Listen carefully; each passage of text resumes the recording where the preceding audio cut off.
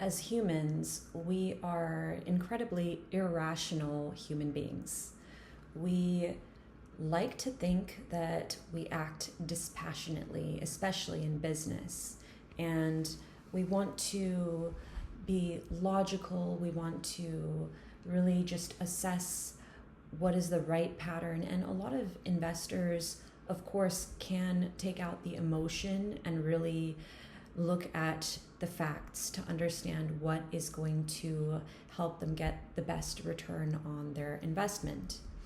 But a lot of people have a tendency to buy and sell and move and basically engage in various actions based on the emotional whims of their moment to moment day. And they create these arbitrary rules that they've fashioned for themselves. And it's not something that, of course, like an investor is going to be really thought out and analytical, but it's just kind of what do you feel in the moment, and having that kind of whimsical rule that eventually becomes a habit that now you've built this limiting idea of how you want to perceive the world, how you want to act within the world.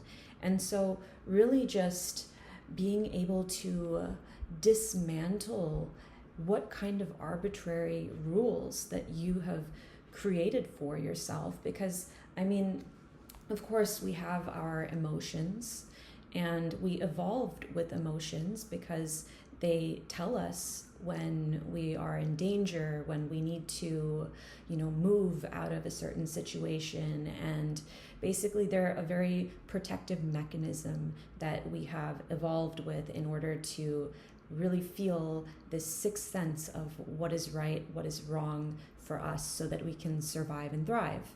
And so because of that, maybe we want to listen to our intuition and our emotions and not necessarily look at the external factors to validate whether or not we are making the right moves. And so we create these arbitrary rules that allow us to make systems within our mind. And this is natural because the mind, it needs to create systems in order to expedite efficient ways of thinking.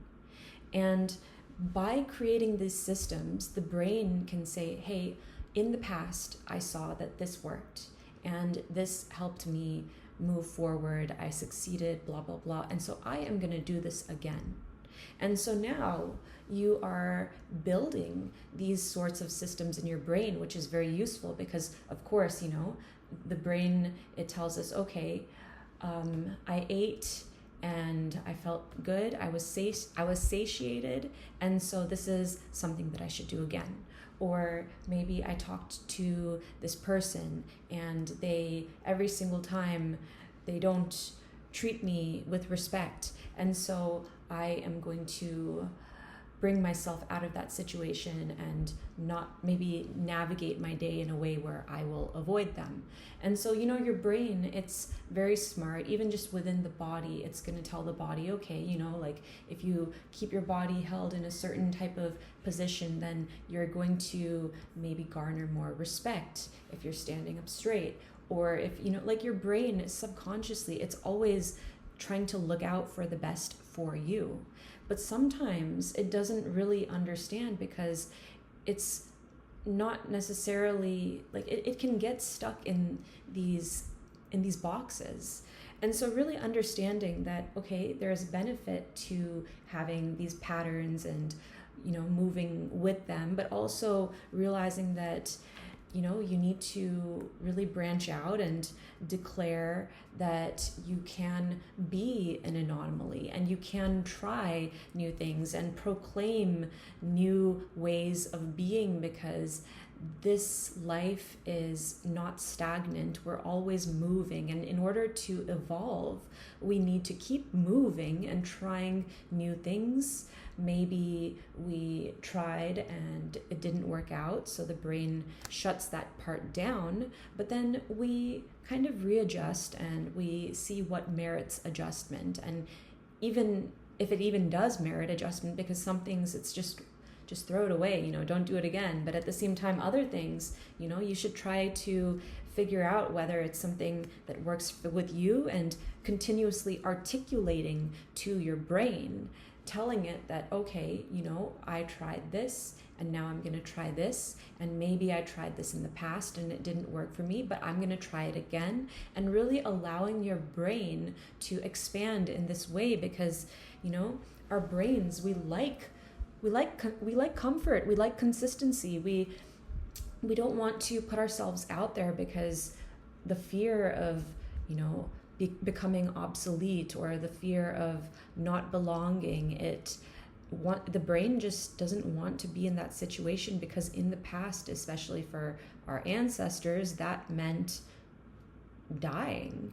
And so really just understanding that because we have evolved into this new era where things are very different, we are not in the same situations that of our ancestors were. And so having these kind of coherent dialogues with your brain to let it know and to really comfort it that it's okay to really stretch yourself, to find those opportunities, because there are going to be places where you feel like you are at your strongest and you have created these impeccable results, and maybe to you they were flawless, but to the outside world, of course, everyone is going to judge you for good and bad. And many people, they look at the bad first. And so really it's also about training the brain to tell it that, hey, you know what? Other people, they might judge me. They might say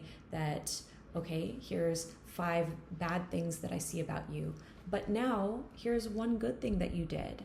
And so go change this, do that. Like, everyone is going to put their opinions onto you. And now you need to make this impartial decision about whether or not to listen to those opinions, because you know what is best for you. You know what is your vision. And in order to, of course, not get stuck within this belief that you are perfect, that you've put yourself on a pedestal, and to really just have this discernment so that you can make dispassionate decisions about yourself and about your future, and how you can partake in certain types of actions that will entail really achieving the best outcomes. And so, of course, we all have these innate abilities where we are gifted with some sort of gift. Everyone has something that they bring to the table.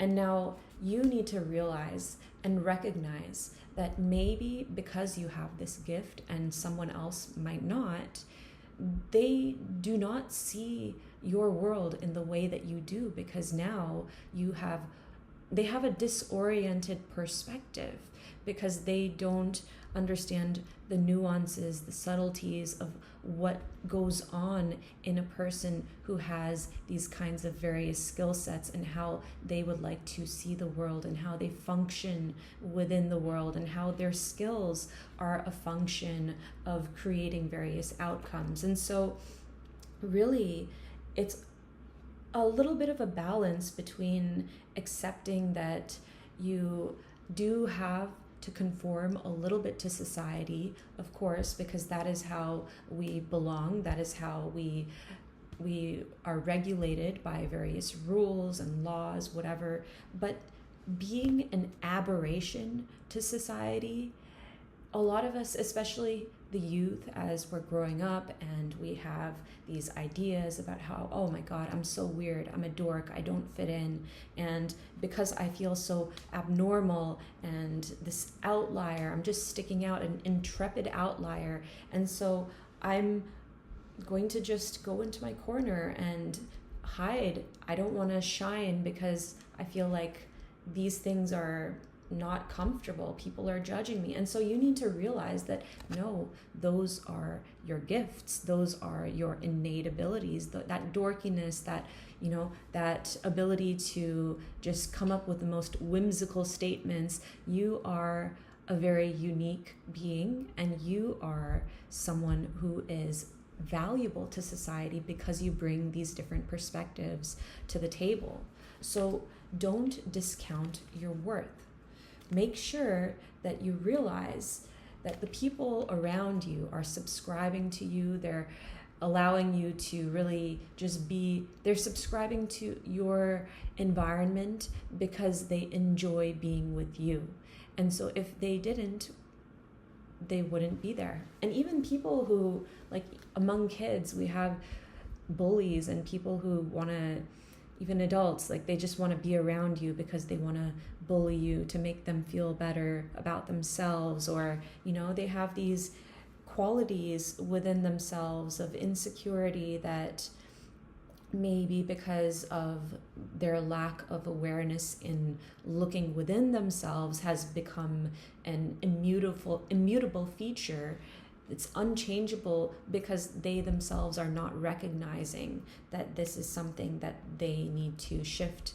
And so, of course, you want to stay away from those people, but also maybe it wouldn't be so bad to be with those people because, yes, they're going to try to constantly one-up you, but you also having that kind of awareness that maybe they are going through these situations, and so they are not able to function in a way that accepts all beings and respects all beings. And so you have to realize maybe in their life they've been inundated with so much stress and overwhelmed with God knows what. Like, you have no idea what is going on in another person's life. And so really, you yourself having gone through so much in your life, because no human is without trial and error. Every single person is going to have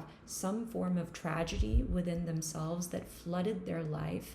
And depending on where you are, you're able to hold a certain level of empathy towards others. And so when you do have that kind of empathetic awareness, then you're able to supersede the emotions that come with people who are trying to put you down, and really just understanding that the reason they are putting you down is because they are projecting something that is within themselves that they are seeing in you. And within that context, you can realize and maybe even celebrate your worth, that look, other people, these haters, they're hating on you because, I mean, you're doing something magnificent. And so you need to understand that, because of course you need to accept your worth, but also realizing that that's not a reason to put people down. Because I know even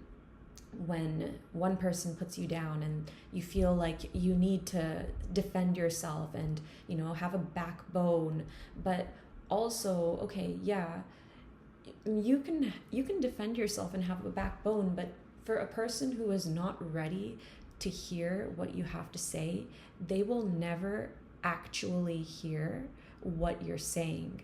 And so it becomes a little bit pointless to really try and react in also a reactive manner.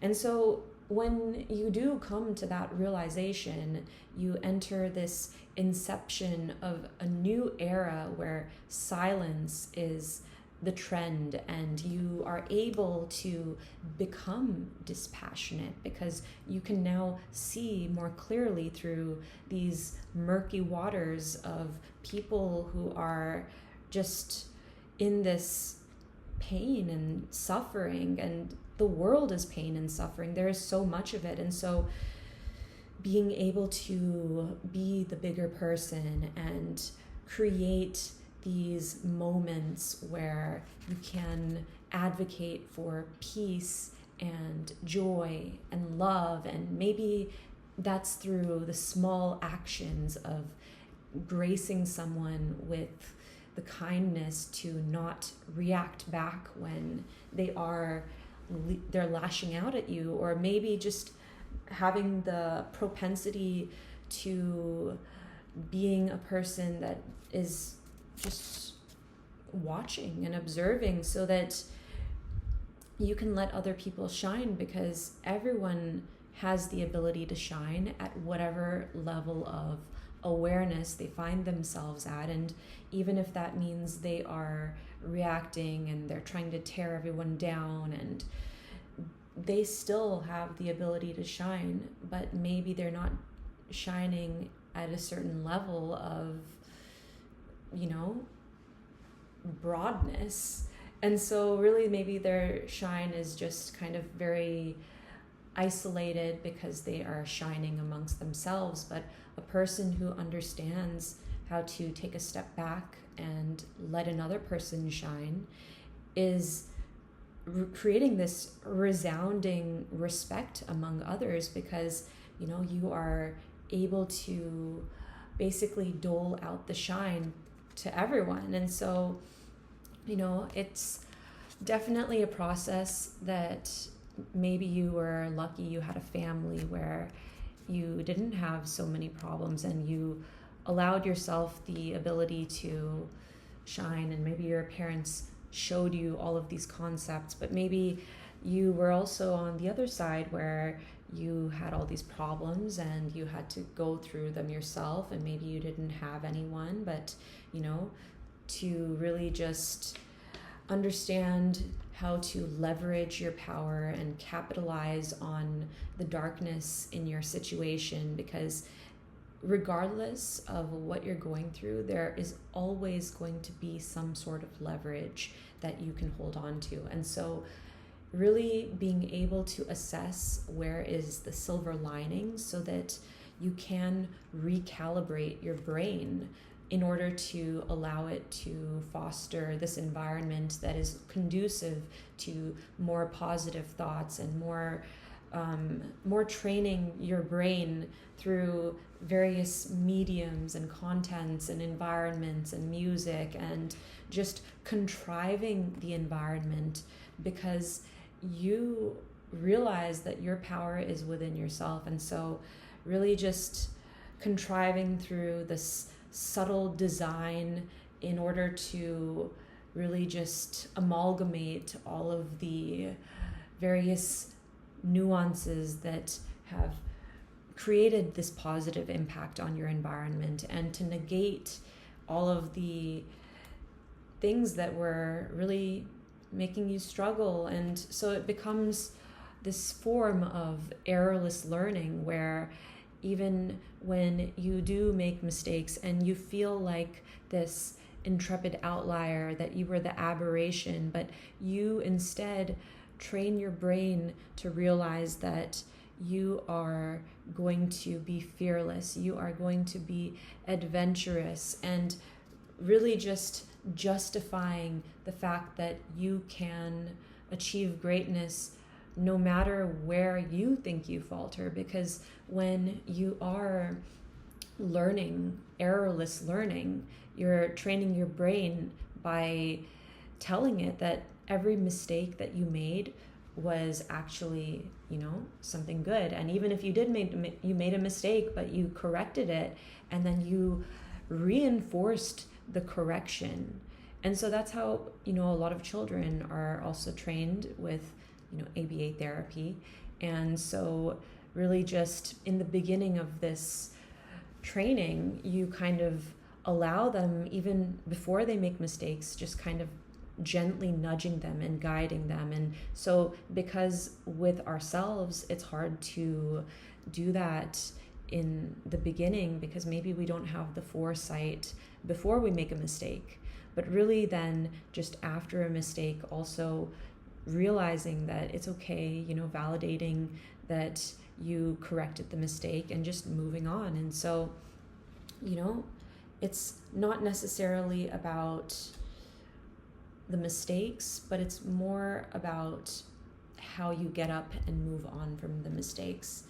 And so really living in silence, I think, is important, but also with the advent of social media and all of this, being able to understand that now it seems that our world is entering an era where we are just advocating for growth and expansion into something new, into this new civilization. And so, I mean, there's so many remarkable things also happening in our world, and so many tragedies as well at this point. And so really just understanding how to dismiss the tragedies as well, because yes, we should definitely advocate for what we believe. We should engage in views that are going to assist not only ourselves but society as a whole. And there may be people or situations that are notorious for creating certain tones that might impede society, but you also don't necessarily know what is good and bad. And so really just keeping an open mind and understanding that sometimes there are situations that you're not able to control, and so you need to focus on what you can control, because I mean, the implication of focusing on the negativity is going to make it grow. And so having this kind of tenacious attitude towards society that no matter what, you're going to find the leverage, and you're going to do it in a way where maybe you act more quietly, you move in silence, you have maybe this enigmatic aura around you that is just, you know, very mysterious, inscrutable, and people like, they want to get to know you because that kind of energy is magnetic. People are drawn to people who they don't understand and they think are complex, and they want to get to know. And so really also it is beneficial, because even like go read some Robert Greene, like he talks about the mystery, but also just understanding how to leverage your personality, because we are all about energy. And so when you do feel scattered because people are telling you that you need to be a certain way, and your outlier behaviors are, you know, not necessarily conducive to how they want to live in a culture, in, you know, maybe even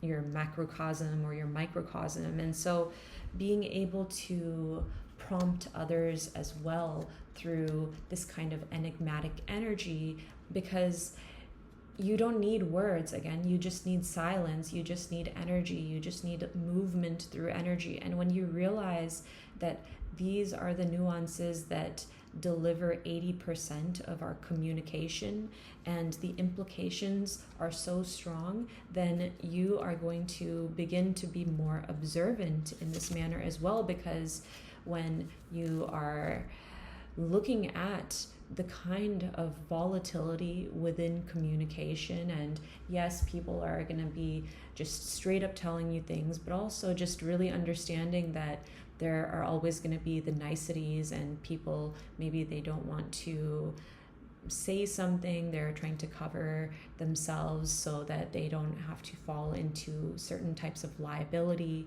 And so really just understanding that this world is so much more than we see. You know, we live in a very systematic world as well. Like, we have economics, which is the study of how to manage scarce resources.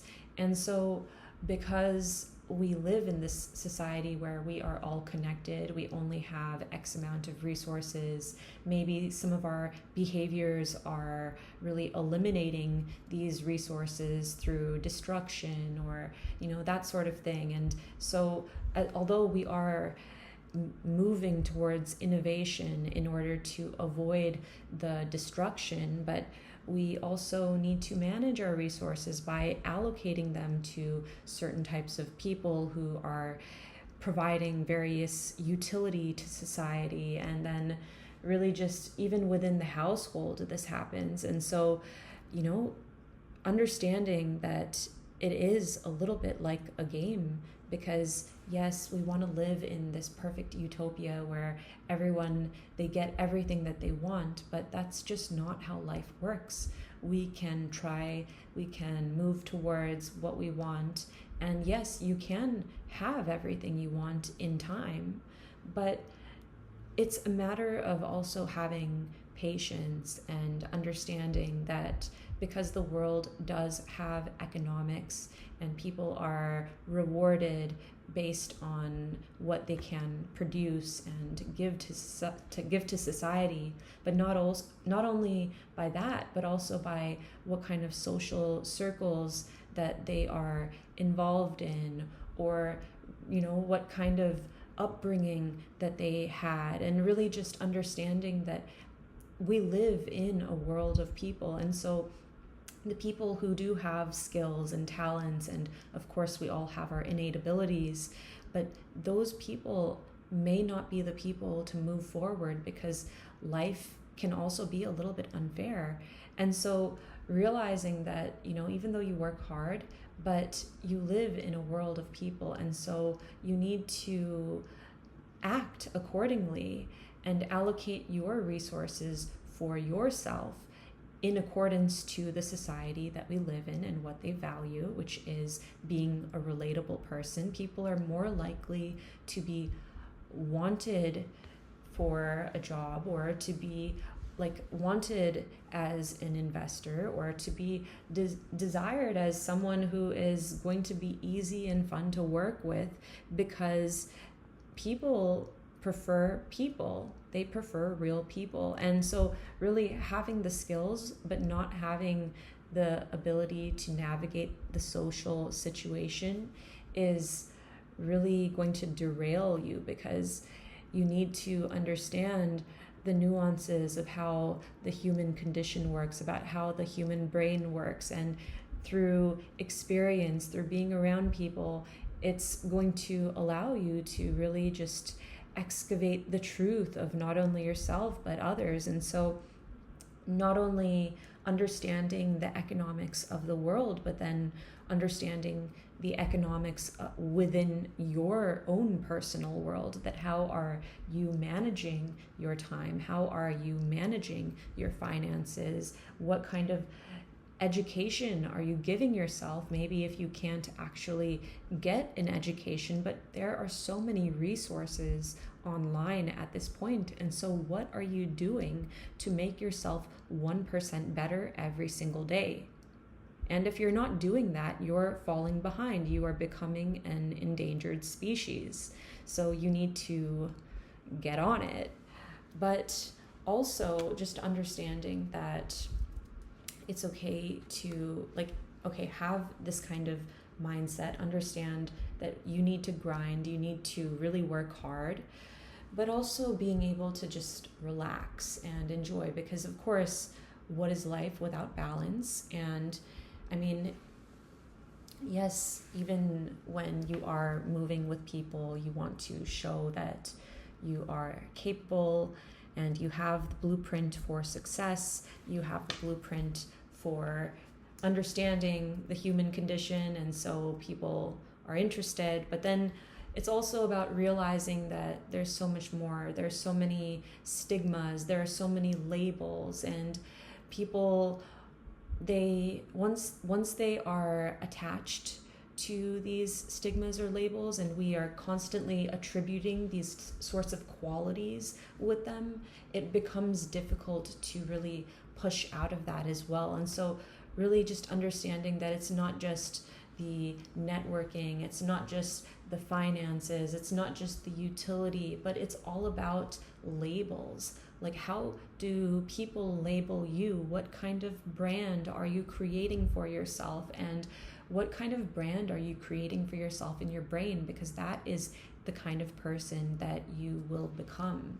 And really being able to articulate that to not only yourself, but others through yourself. And that's where being misunderstood, being that aberration to society that is misunderstood and people might be judging or making fun of, but really, as long as you know where you're going and what kind of label that you want to create for yourself, what kind of brand that you are creating for yourself, then you will slowly make those adjustments so that you can move towards the person that you know you need to be, that you know you are, that you already are, because obviously you wouldn't feel the urge to move in that direction if that was not innate to you in the beginning. And so, of course, we think, okay, yeah, I made this mistake, I blundered, and so I squandered this opportunity, and now I am not going to be able to move forward. But understand, remember that there is so much opportunity in the volatility of life.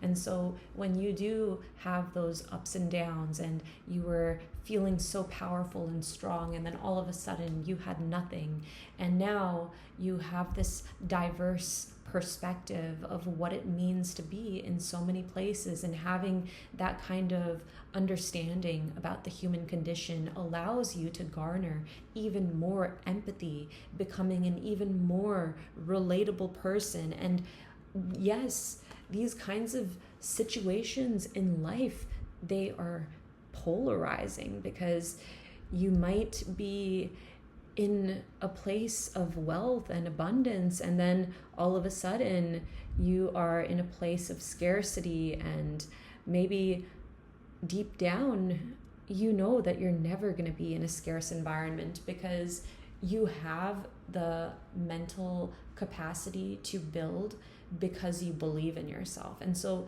when you believe in yourself, you will never live without everything that you ever want, because now you believe in yourself, you understand the gravity of having everything and then having nothing. Very polarizing situation.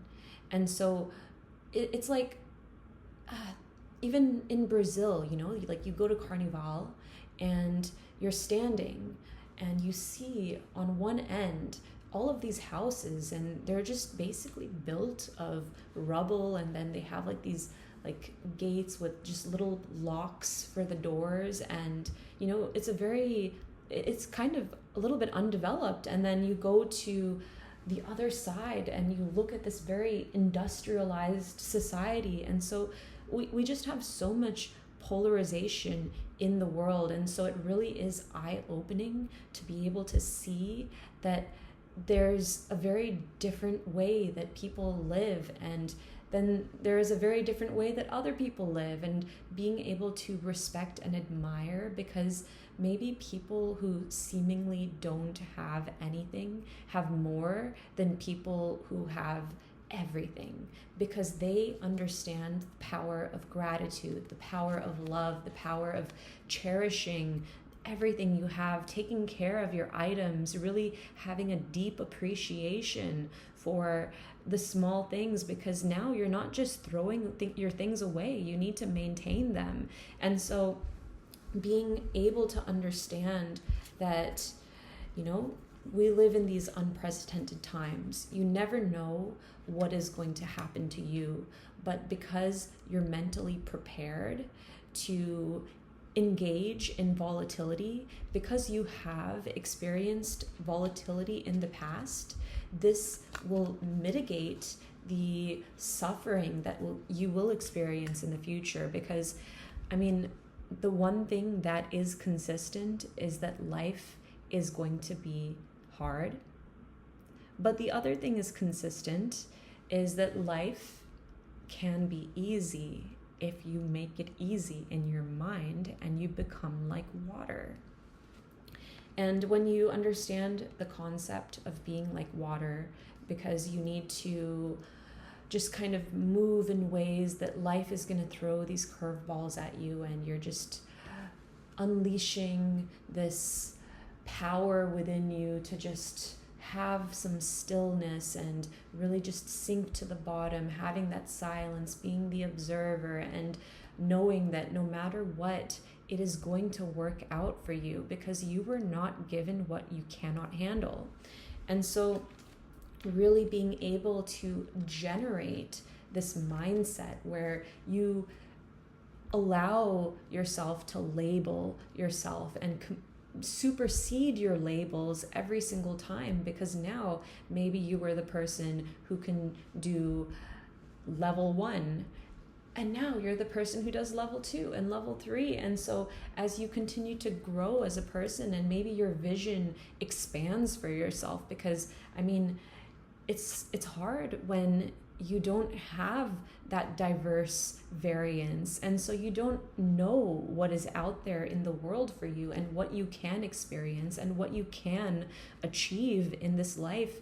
And so as you do become a more wise person in that sense, then you're able to really leverage your vision as well, because now you can create a more succinct focus, in that you're not necessarily gravitating to all these distractions, but you're more just focusing on those labels that are going to propel you into something much greater, because you can now amalgamate the worldview on what kind of labels are validated or respected or rewarded, and what kind of labels are important to the innate character that brings out the aberration within yourself. And so when people do make fun of you, don't be in despair, because they are simply projecting what is within themselves, and you can just, saunter over there and be like, hey, this is me. That's okay. I admire you too. Kill them with kindness. I know that because people tend to have that need to put people down to make themselves feel good, you can kind of make it a little bit of a joke, lighten the mood, like really just allow them to realize that, okay, it's okay that you feel the need to make fun of me. I accept that, because I understand the pain that you're going through, and so I am going to give you the space to be that person, because people will be reluctant to say that, yeah, it was me, I'm the one who made a mistake and I shouldn't have done that. But that's okay. Give them the grace to make mistakes without the embarrassment, and also nudging them in this way with a kindness, with this sort of errorless learning, so that you're not depriving them of the ability to shift. Because again, as Alan Watts has mentioned, you are not obligated to be the person that you were 5 minutes ago. And so we really all have the ability to eventually come to terms with our power, that we can find leverage in the darkness, and we will prevail no matter what. So hope you all enjoy your power and find what is your vision, find your success, because you are worth it. You are worth excavating the truth within yourself to understand who you need to be today, and putting in that respect for yourself, to have the discipline to work hard and make your dreams come true, because anything is possible. Don't let anyone tell you otherwise. They are projecting. Anything is possible. So with that, I bid you adieu, lots of love and good vibes.